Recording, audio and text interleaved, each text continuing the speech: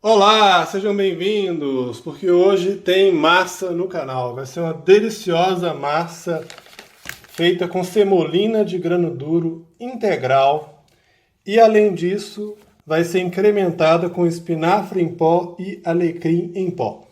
Aqui eu já tenho na minha batedeira, que essa batedeira aqui ela é antiga, mas ela é super robusta para minha massa. Eu já até quebrei a minha KitchenAid uma vez batendo essa massa, então fica sempre com a velhinha aqui que ela dá conta do recado. Aqui eu tenho a semolina,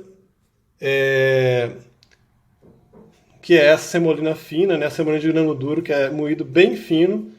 No caso, ela é integral, por isso que ela tem essa cor. A semolina que não é integral tem uma cor bem amarelada. Eu tenho essa semolina aqui que eu compro ela no mercado de produtos naturais. E ela tem uma textura, não dá para ver no vídeo direito, mas ela parece um pouco com farinha de mandioca, a textura dela, é uma semolina mais grossa. São 3 xícaras da semolina fina para uma da semolina grossa, 1 colher de sopa de sal. Eu coloquei aqui 4 colheres de sopa do espinafre em pó e 2 colheres de chá do alecrim em pó.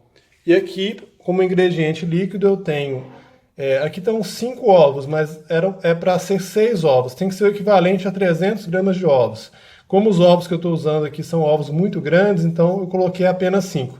E além disso, leva 60 mililitros ou 1/4 de xícara de vinho branco seco, que eu vou bater aqui com as gemas.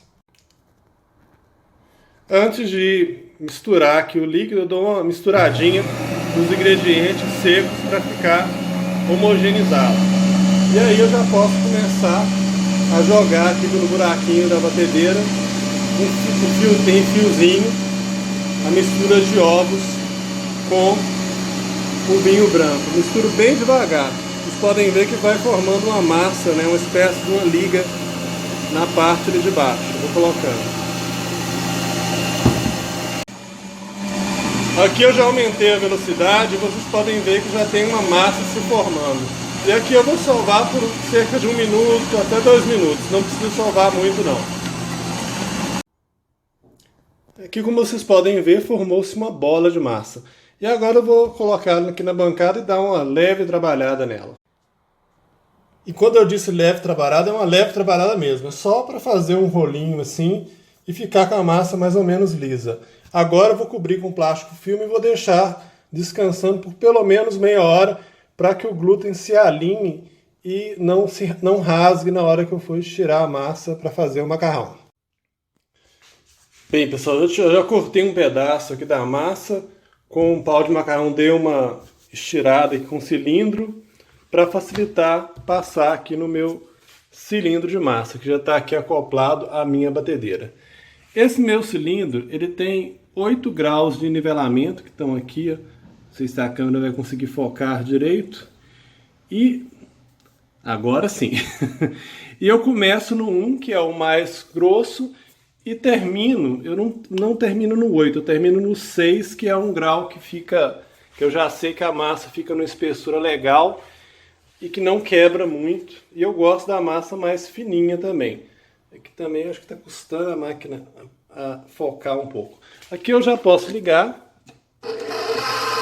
a máquina, a batedeira e colocar aqui a massa. Vocês podem ver que ela sai com facilidade porque eu já dei uma boa afinada na massa. Aí agora, na primeira medida ali, que é a mais grossa, eu repito esse processo umas 3 vezes, que é de pegar a massa e dobrar em cima dela mesmo, colocar um pouco de farinha. E aqui volta para cá e estira mais uma vez. Eu vou repetir isso mais 2 ou 3 vezes antes de começar a operar aqui para colocar o cilindro num nível mais baixo. Bem, pessoal, e depois que a massa foi cilindrada nos 6 níveis, ela fica com essa espessura aqui. E agora eu vou cortar retângulos com 60 centímetros de comprimento, que é o que dá certinho aqui no lugar que eu ponho para a massa secar.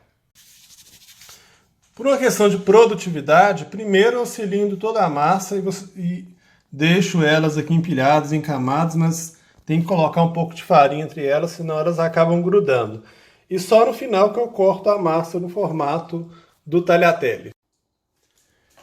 Aqui a massa já está toda cilindrada, eu esqueci de comentar, mas enquanto a massa lá aguarda, ela tem que estar protegida por um filme plástico, um saquinho plástico ou qualquer recipiente que impeça ela de ressecar.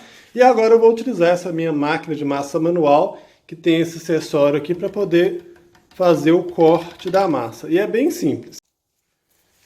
Eu basicamente introduzo a massa aqui e vou girando a maçaneta.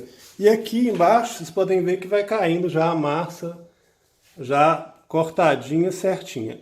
E aí eu vou utilizar aqui agora 2 espetinhos de churrasco que foram enrolados em filme plástico para poder usar como varal para a massa. Eu puxo aqui, dou uma esticadinha e a massa já sai no ponto certo. Eu só terminar de cilindrar que agora eu mostro a vocês como fica. E aqui eu tenho essa estante de aramado que eu uso como suporte para o meu varal de massa. Aqui a massa vai ficar secando por cerca de 1 hora. Eu coloco um ventilador que ela fica chacoalhando, porque se deixar ela secar assim sem nada, acaba que a massa começa a secar nas pontas e ela meio que forma um arco e ela acaba quebrando aqui, e na hora que você vai tirar é uma bagunça total. Como eu disse, agora é deixar o ventilador trabalhando. Os 40 minutos são suficientes para a massa firmar, que aí eu já posso colocar em alguma coisa para terminar de secar. Porque se secar até o final aqui, na hora de você tirar vai quebrar muito a massa. Prontinho, pessoal. Como vocês podem ver, a massa já está bem mais durinha. E agora eu vou deixar ela em cima de um rackzinho, deitada assim, para ela terminar de secar. Vai ficar um... Se você não tiver o recurso que eu tenho, você deixa um dia ela secando assim nessa posição, para ela ficar retinha. Se não, no meu caso eu tenho um forno que vai a temperatura de 90 graus com ventilação. Isso seca a massa bem rápido.